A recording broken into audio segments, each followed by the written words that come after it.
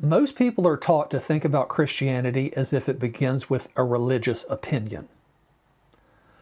One person believes, another person does not believe, and then each side gathers arguments to support what it already thinks. But that is not the right starting point. Christianity does not begin by asking someone to pretend certainty. It does not begin by asking someone to accept church tradition, a feeling, or a doctrine. It begins much simpler and more honest with this question: what is possible? Now, before we decide what is likely, before we decide what is impossible, and before we decide what we personally prefer, we have to first allow reality to be what it is. That is the first principle. Reality is not required to fit inside our present expectations. Possibility means that we hold open the question of what may be true. Probability comes later. Probability is a judgment we make after the evidence has been considered. Evidence is anything that indicates the presence of a real cause. Whether that cause belongs to the physical world we already know or to some higher order of reality we do not yet understand. This follows the basic structure here. Possibility first, probability after evidence, and evidence as anything pointing to a causal force. That is where Christianity begins. And this is where Christianity differs from a strictly Bayesian approach. Bayesian reasoning begins by assigning likelihoods. It asks, how probable is the claim, given what I already know? Now, that can be useful in ordinary cases, but it can also become a trap when the question concerns something greater than the system itself. Now, if God exists, then God is not one object inside the universe alongside other objects. He is not one more item to be placed on a scale of probability, as if he were merely a strange event competing with ordinary events. If God exists, then he is the source of the whole field in which all ordinary probabilities are judged. So Christianity begins differently. It does not ask first, how likely is God? It asks, is reality open to something beyond itself? If the answer is yes, then the next question follows. Has anything entered our reality that shows signs of coming from beyond it? Now, when I say this about Christianity, and this is the beginning of Christianity, I do not mean to suggest that these are something that we are openly confessing. I'm saying that this is something that we are quietly and subjectively operating on, even if we don't know it. It has to be an attitude. It has to be a general outlook on reality. Even if we can't put it into words, we're still operating on it. And if we're operating on it, we're looking for something. Now, what I've just described is an open epistemology. It does not close the door before the evidence appears. It does not say only what is already natural can count as evidence. It allows the possibility that a higher reality could disclose itself. Now, the first step then is the possibility of a higher dimension of existence. We do not begin by claiming to fully understand it. We simply refuse to deny it without cause. The world we see may not be the whole of reality. Now, the second step is the possibility that this higher reality is personal. If there is a higher source of existence, it may not be merely an impersonal force. It may be a person. And if it is personal, then it may have intention, purpose, and the ability to communicate. Now, the third step is the possibility that this ultimate person is the creator of our reality. If that is true, then the world is not accidental in the deepest sense. Human beings are not merely biological machines. We are creatures, and our existence has a relation to the one who gave it. Now, from here, the question changes. We are no longer asking only whether God exists in the abstract. We are asking what kind of relationship would exist between a creator and his creatures. If this ultimate person is personal, then his person would not be a meaningless force. A personal creator would have reason, intention, and direction. And if he created personal beings, then his purpose would likely involve bringing those beings into understanding, maturity, and communion with himself. But purpose alone is not enough. A purpose must be executed. If God intends to bring his creatures into knowledge of himself, he must act. He must disclose. He must make himself known in a way that can be recognized. Now, this is where Christianity begins to take shape. Christianity claims that God has not remained hidden in silence. He has acted into history. He has given a word before the fulfillment, so that when the fulfillment comes, it can be recognized as more than a human event. This is the basic movement: purpose, execution, realization. God has a purpose. God executes that purpose in history. God realizes that purpose when human beings recognize what he has done and enter into communion with him. The same pattern applies to the human person. If human beings are created by God, then we are not merely physical organisms. We are spiritual persons. This does not mean we are ghosts trapped inside bodies. It means that we are capable of knowing meaning, truth, purpose, and God. Our nature is spiritual because we are able to receive more than sensory information. We can recognize significance. We can respond to truth. We can be addressed. Our purpose is to know the one who made us, not merely to know that he exists, but to recognize his self-disclosure and respond to it if it exists in our reality. Our execution is the actual response of the human person. We must attend, recognize, trust, and align ourselves with what God has revealed. That is our form of execution.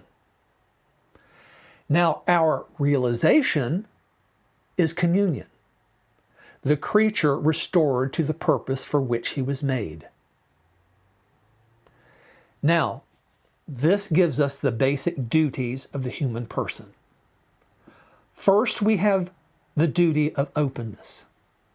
We must not declare reality closed before we have examined what claims to come from beyond it. Second, we have the duty of attention. If there is evidence of divine disclosure, we are responsible to consider it. Third, we have the duty of recognition. If something demonstrates an origin beyond human invention, we must acknowledge it for what it is. Fourth, we have the duty of alignment. Recognition is not mere curiosity. If God has spoken and acted, then the right response is to conform ourselves to that revelation. And then finally, fifth, we have the duty of continuance. The relationship is not a momentary opinion. It is an ongoing life of recognition, trust, and obedience. Now, this is why Christianity cannot be reduced to private belief. It is not merely I feel that God exists. It is also not merely my tradition says that this is true. Christianity stands or falls on whether God has disclosed himself in a way that is publicly recognizable. And the Christian claim is that he has. God's self-disclosure is not first a philosophical system. It is not first an emotional experience. It is not first a church tradition. It is the prophetic word fulfilled in Jesus Christ. That is the key. God declares beforehand. God acts afterward. The fulfillment identifies the source. Now, this is not Bayesian guesswork. It is not a pile of probabilities slowly leaning in a religious direction. It is recognition of a pattern no human being could generate by ordinary power. Promise and fulfillment across history centered in the person and work of Jesus Christ. So Christianity begins with an open mind, but it does not end in uncertainty. It begins by refusing to close reality. It proceeds by examining whether God has disclosed himself. It arrives at the prophetic word fulfilled in Christ as the decisive evidence. The final question is not merely, do I find this probable? The final question is, have I recognized what God has made known?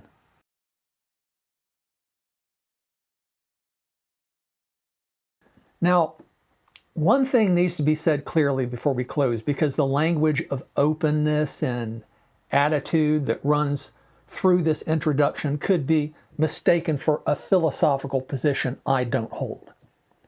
Presuppositionalism, the apologetic method that begins by asserting the existence of God as the necessary precondition of all reasoning, and then works outward from that assertion, is not what this video is arguing for.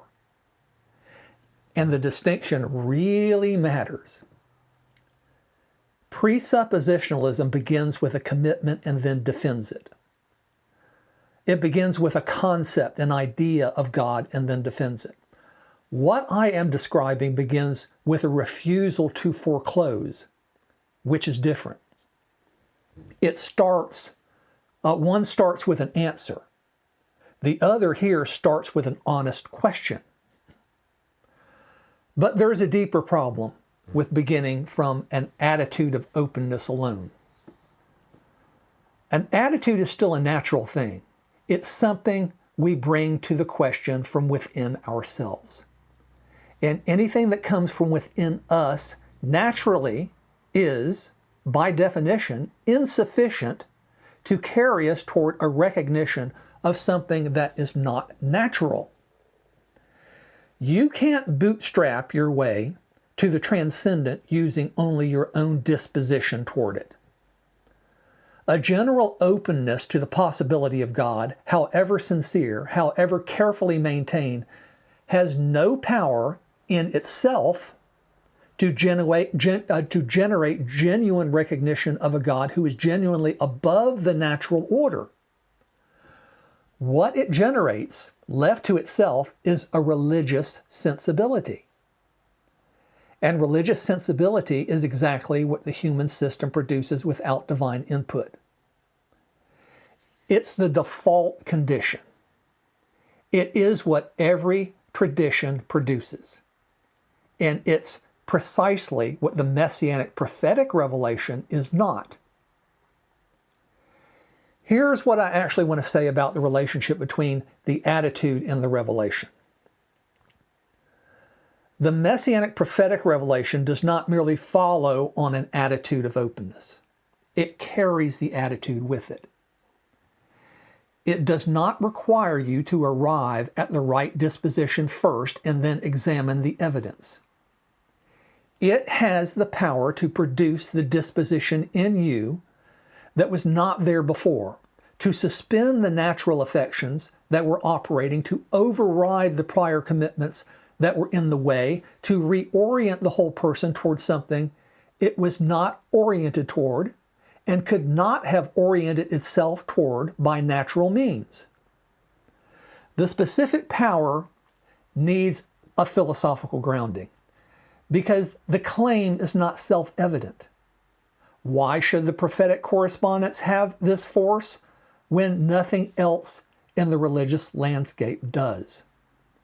The answer begins with a basic epistemic principle. A concept requires an objective correlate adequate to its own nature. The concept God, if it means anything, means the transcendent, not the very large, not the very old, not the very powerful, but that which is categorically above the natural order entirely. And if that concept is to be grounded in something real rather than merely reified by the mind that holds it, the grounding cannot come from within the natural order. It must display the same transcendence the concept implies. This is why the standard inventory of religious evidence fails at the level of category, not merely degree. Logic is a human faculty. Creeds are human formulations. Doctrine is human transmission of prior human reception. Tradition is the accumulated weight of human interpretation. Historical reports of miracles, taken alone and without the requirement of prior prediction, are indistinguishable in principle from legend, misperception, or deliberate construction, each of these being things the human system produces constantly and abundantly. None of them, singly or together, provides what is needed, not because they are unimpressive, but because they could all, in principle, have originated from within the system they are meant to transcend. A concept cannot be adequately paired with something that shares its own category. The correct pairing for the concept of the transcendent is an objective appearance that is itself transcendent. And transcendent means structurally impossible to have been produced from within. This is the specific power the prophetic correspondence possesses that no other religious claim possesses in the same way.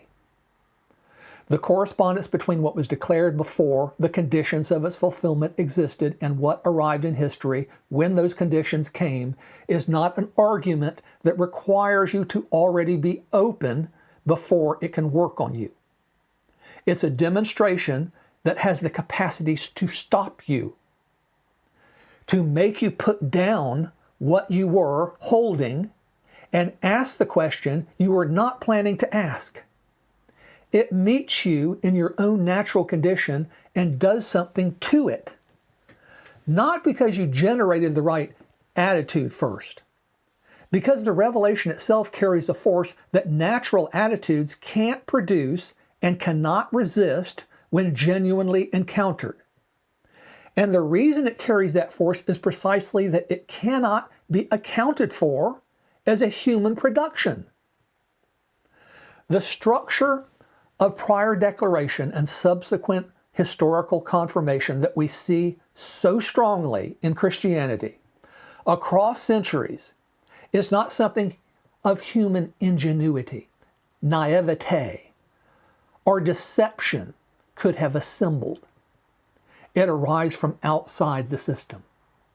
And because it arrives from outside, it can do to the system what nothing inside it can do.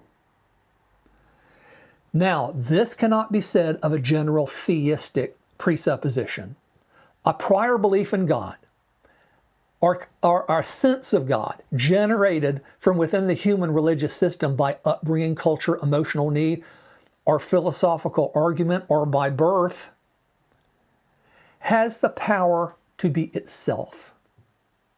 It is natural. It produces natural religion. It is indistinguishable in its effects from the religious sensibility every other tradition in the world produces.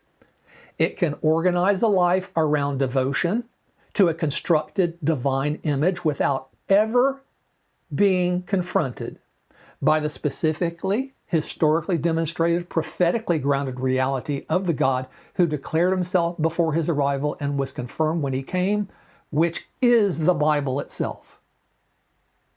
I will remind you that the Old Testament, if it can be encapsulated in one word, it is the promise. And the New Testament, if it can be encapsulated in one word, is the fulfillment. So I'm not arguing for presuppositionalism. No way. I'm not arguing that openness is the cause of genuine faith. I am arguing that the Messianic prophetic revelation is the cause, that it carries within its own structure the power to generate the recognition it demands, and that this power belongs to it specifically because it is not a natural thing. It arrived from outside the human system. It attests itself by a structure no human imagination produced.